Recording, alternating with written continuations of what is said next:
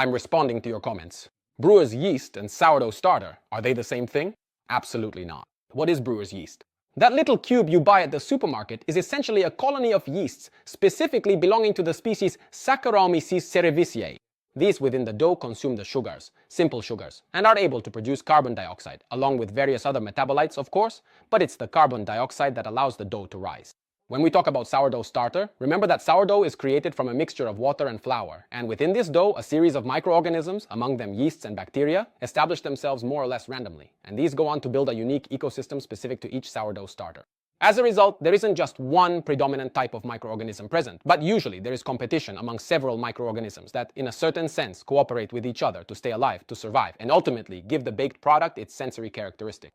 Essentially, we can say that brewer's yeast is very easy to use because it more or less gives the same result depending on the amount used, so it allows us to standardize our baked products very easily. On the other hand, with sourdough starter things get a bit more complicated, and it's very difficult to speak in general terms about sourdough because each specific starter has its own peculiarities, even in terms of how it is managed.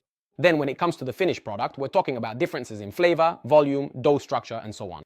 Sourdough starter and brewer's yeast are two very different things that cannot be compared to each other. And which one do you prefer? Let me know in a comment and follow me to learn more.